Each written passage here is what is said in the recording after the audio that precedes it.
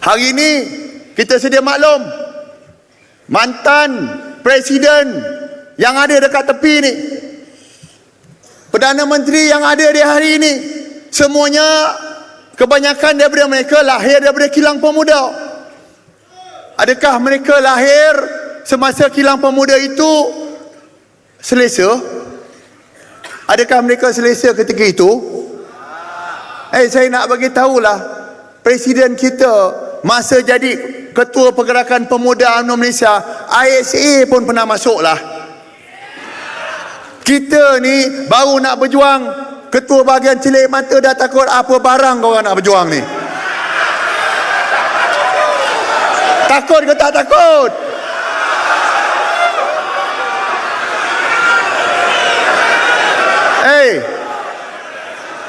Nak bagi tahu, Datuk Seri Presiden masuk ISA tahu masa zaman pemuda.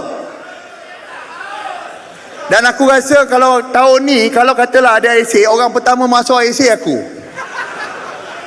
Tapi hari ini menjadikan siapa beliau presiden yang paling kental dalam sejarah UMNO hari ini.